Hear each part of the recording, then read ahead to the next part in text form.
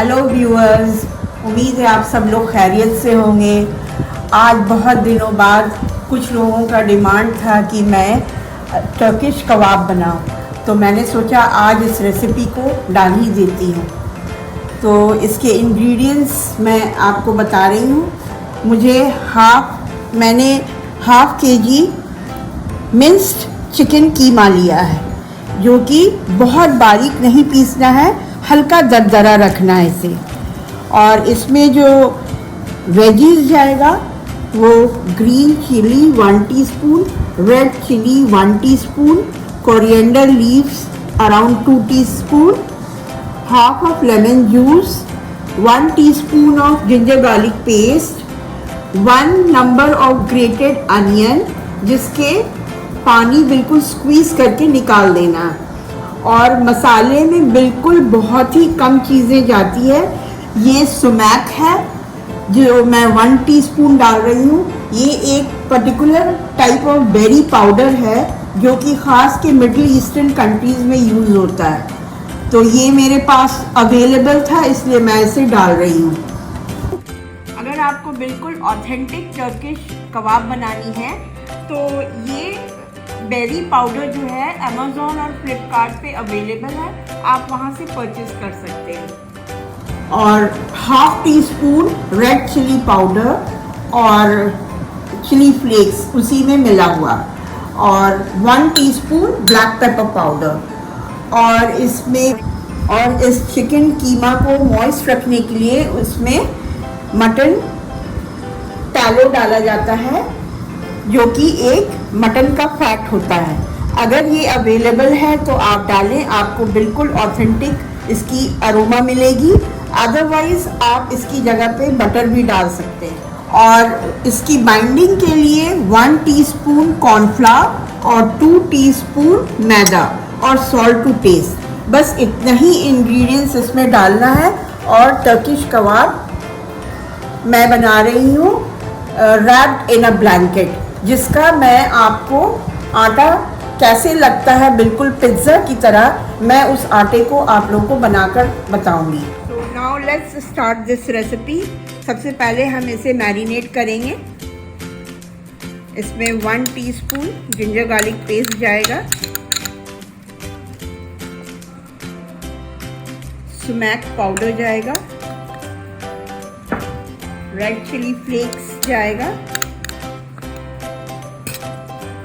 Black pepper powder जाएगा। इसमें black pepper powder जाएगा, गरम मसाला बिल्कुल ही नहीं जाता है, अदरवाइज फिर उसमें इंडियन टेस्ट आ जाएगा।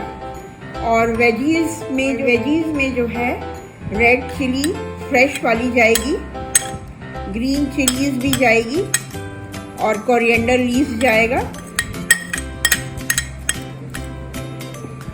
और स्क्वीज किया हुआ बिल्कुल आपको अनियन डालने, इसे ग्रेट कर लें और इसे डाल दें। इसे मिक्सी में ना ब्लेंड करें, इसे बिल्कुल ग्रेट करके डालें। और हाफ लेमन जूस,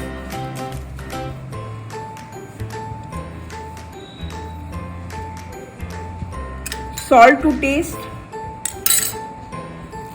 और ये इन सारी चीज़ को मिक्स करके इसे हाफ एन आवर के लिए मैरिनेट करना है।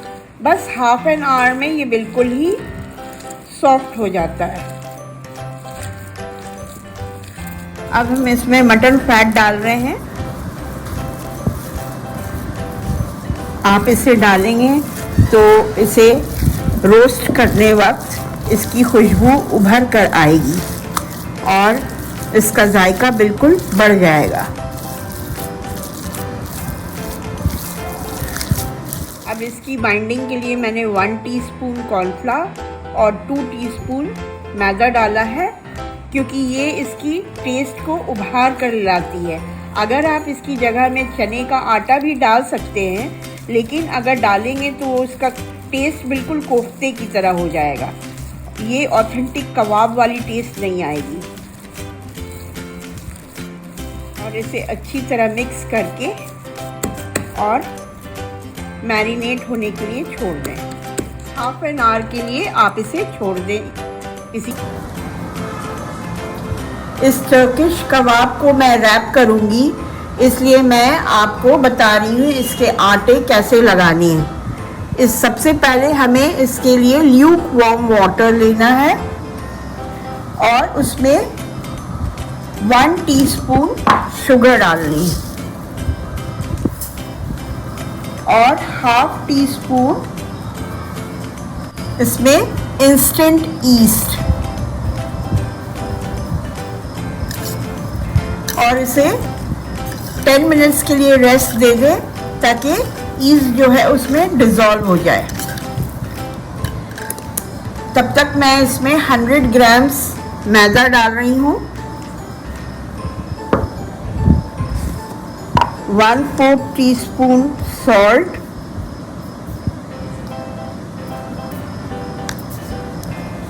और 1 टीस्पून ऑयल।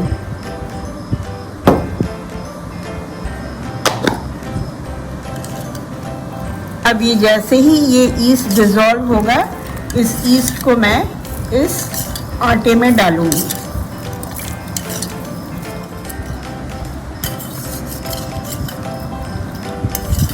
अब शुगर जो है डिज़ोल्व हो गया है ईस्ट के अंदर और अब मैं इसे आटे में डाल रही हूँ।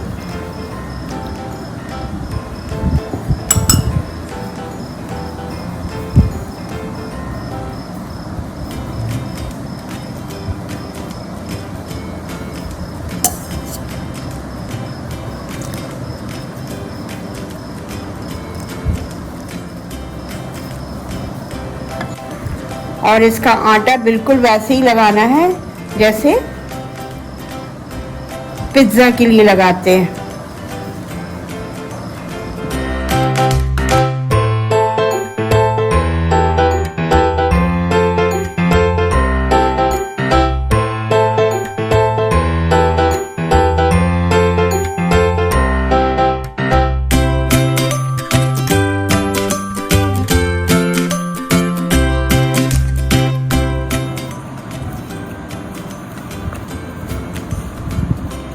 और इसे इस तरह से हल्का ऑयल ऊपर से स्प्रिंकल करके और इसे रेस्ट के लिए 1 आवर के लिए छोड़ दें। जब तक ये राइस होगा हमारा कबाब रेडी हो जाएगा।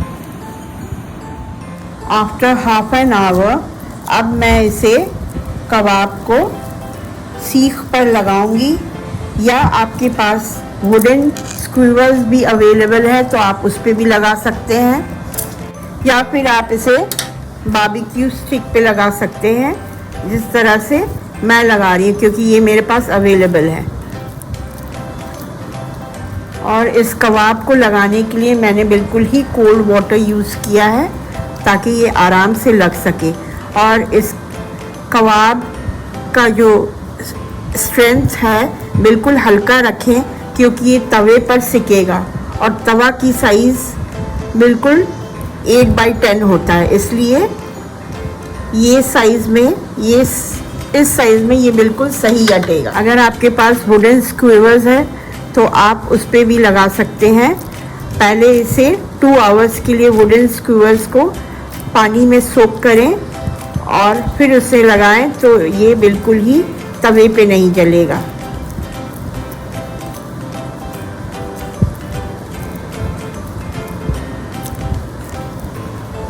रोटी बनाने वाले तवे को बिल्कुल हाई हीट पे गरम कर लें। जब इससे धुआं उठने लगे तब इसके ऊपर कबाब रखें।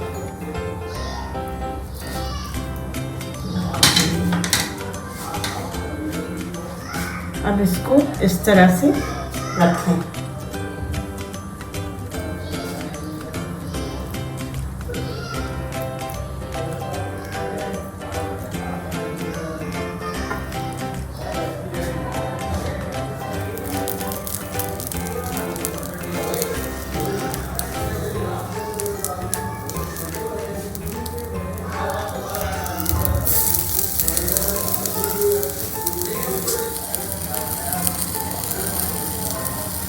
और इसे यूं ही 4 मिनट के लिए छोड़ दें।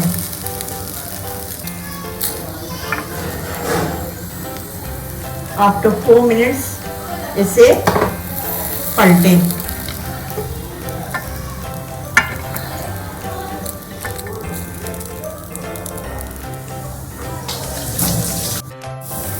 अब इस कबाब को हाफ ही रोस्ट करना है, क्योंकि मैं इसके ऊपर आटे का रैप लगाऊंगी और ये फिर अवन में बेक होगा 180 डिग्री पे 12 मिनट्स के लिए। अब ये सारे कबाब रेडी हैं।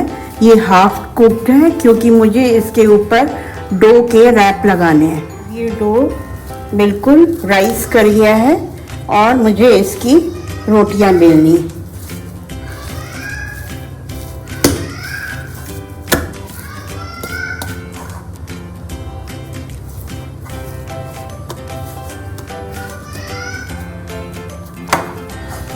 बहुत ही सॉफ्ट डो है और इस डो को अब मैं इसके ऊपर रैप करूंगी।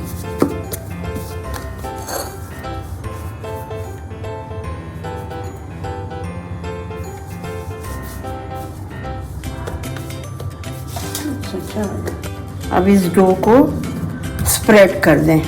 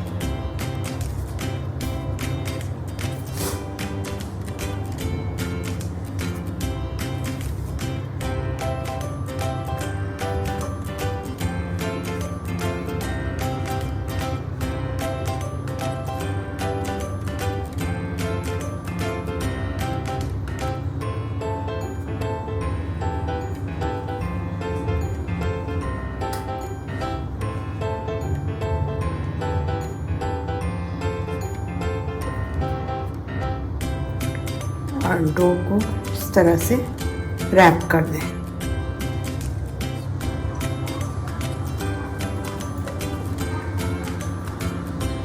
जितने आटों का स्ट्रिप्स हैं इन सब को कबाब के ऊपर रैप करना है।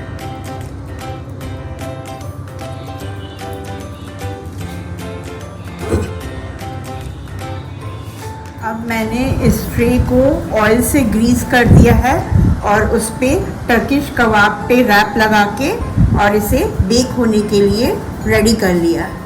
अब ये बिल्कुल रेडी है मेरा टर्किश कबाब रैप होकर डो में, और ये अब बेक होने वाला। अब इसे कन्वेक्शन मोड पे 200 डिग्री सेल्सियस पे प्री हीट करें।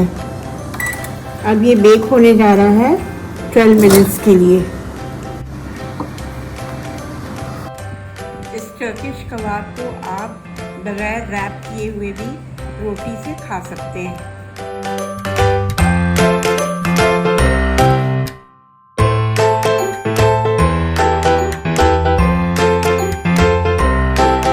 आफ्टर 12 मिनट्स आप इस पे एग वॉश करके फिर 8 मिनट्स के लिए और रख दें।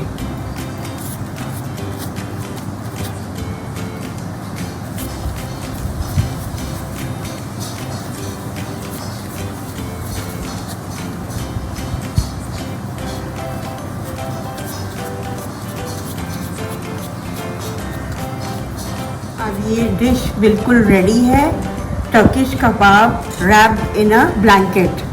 और अब जो इसके साथ डिपिंग जा रही है वो दही और मोलासिस का है। मोलासिस जो कि गन्ने के रस से बनता है। किसी दिन मैं उसकी भी रेसिपी डालूंगी। ये बहुत ही टेस्टी कबाब बनता है, इसे ज़रूर एक बार ट्राई करके देखिए। तब तक के लिए अल्लाह हाफिज़। नेक्स्ट रेसिपी का ज़रूर से वेट कीजिएगा।